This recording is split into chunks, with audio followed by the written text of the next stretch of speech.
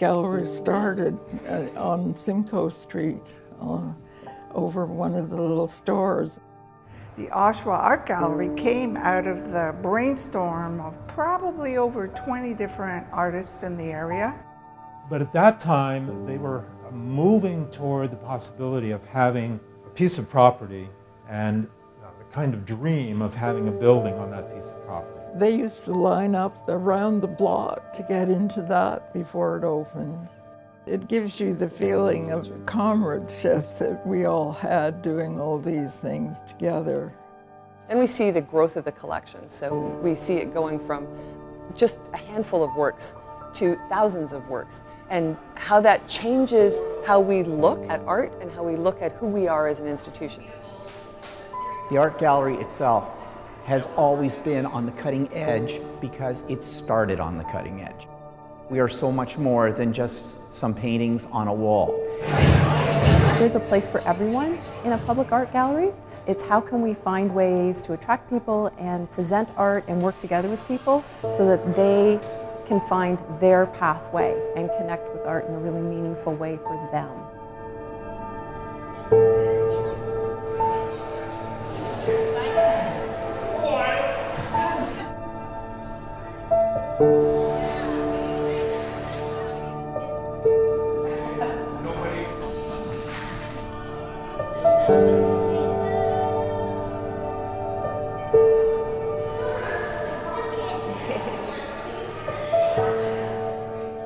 Most times you think art galleries are places that are put together by government bodies, large corporations, whatever.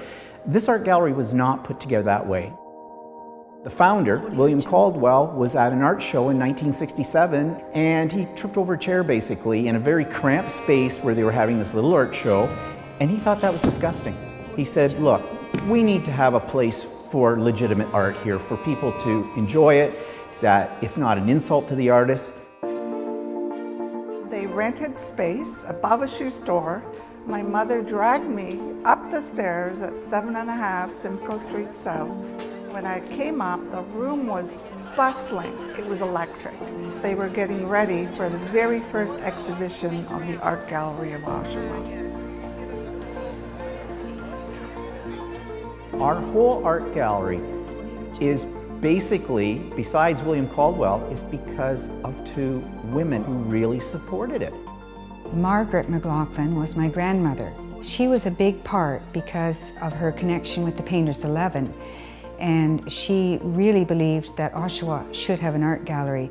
McLaughlin and Luke together decided, they would manage to secure the property with the help of the city and put the first building here, which is now part of this building, but it's inside, as Arthur Erickson decided, the two Luke galleries.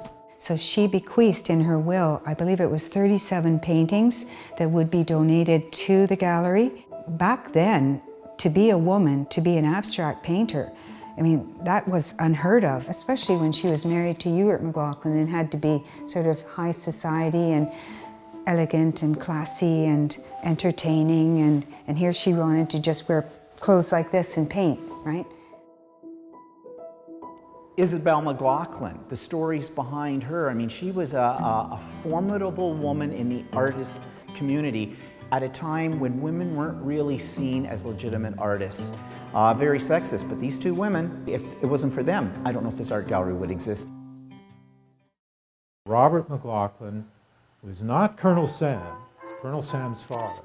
His sons, including Colonel Sam, referred to him as the governor, and get a sense of what kind of man he was. Old-timey, Northern Irish Presbyterian, very hard worker, very much a disciplined man, and yet he was in love with painting, and he painted as an amateur, even though the stories are that it was frowned upon in the family. But Robert McLaughlin continued to paint. Even in his office at the burgeoning General Motors Corporation, he had an easel set up, and he would sometimes not see people because he was painting. His paintings are not what you would call great, or maybe you wouldn't even call them good. But they're so interesting, because here was this man from a completely different kind of cultural setting, and habit of mind, and yet, you know, that kind of drive to make art was there. Could you sort of recount that and how Sure. it wasn't named after Alexander? Yes, well, at the sod turning, my grandfather was asked, what is the name of the gallery?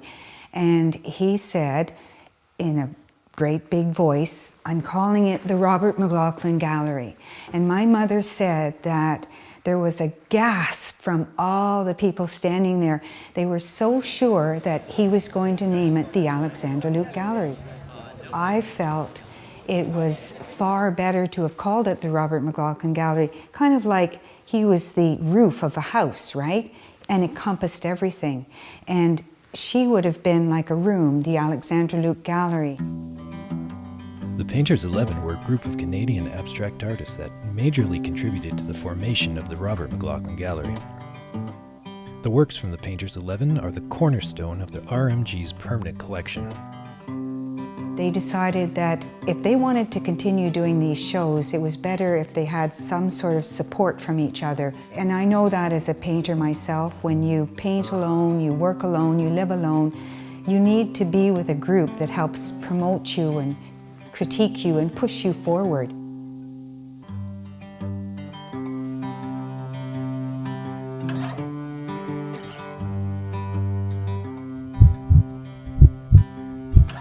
I spoke about the permanent collection being the beating heart of an institution, and in a literal sense, it's hidden. It's hidden like our heart. The vault is hidden from the public. We have a collection that started with 37 works 50 years ago. We now have 4,500 works. We can work with that collection in different ways, obviously with exhibitions, but scholars and students come here on a regular basis to look at our collection. It's a point of inspiration for us, a space where we can walk into the vault and we see all these amazing works on paper and these paintings and sculptures, and it's who we are. That allows us to be different from other institutions. Other regional galleries have different heartbeats in their vaults. We have a heartbeat that's focused on Painters 11, on mid-century modernism, on the history of Canadian art. So that allows us to be the Robert McLaughlin Gallery in a way that other institutions are different themselves. I think with our 50th anniversary, it's a really important time. It's a time for celebration, but it's also a time to reflect back and to learn from our history. It's worth taking the time to understand how we've grown.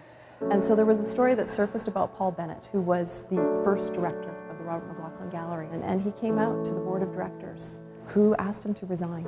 Very early 70s, and at that time the climate was totally different. They were very conservative in Oshawa in those days. And it was such a loss because he was a very good director. You know, those years are past, fortunately. It was a controversial appointment. And this is a very different community. Even in the last 10 years, it's changed enormously. We're in a different place now. We've grown and we've learned, and this is a gallery that is respecting and reaching out to our complete community and to all people. And we want to learn from and work together with and understand better. Diversity and equity are so important to what we do. And we want it to be embedded. We don't want it to be something where we're ticking boxes off. We want diversity and equity to be something, and this is just simply how we do things. We would never think of it in any other way. So I say, charge ahead with enthusiasm.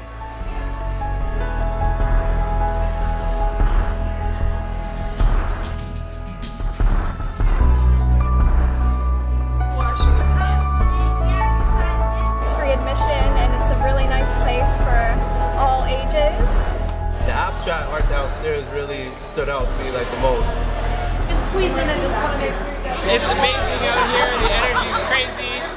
This is Joaquin Mañay. I'm painting a mural as part of a partnership with the McLaughlin Gallery, as part of the opening for the expansion of the Oshawa Center. I first came to Oshawa 5 years ago. I was like, oh, there's a gallery in Oshawa. I'm gonna go. I knew I wanted to volunteer here. I think people should get involved, so I like being able to have a direct connection with the community.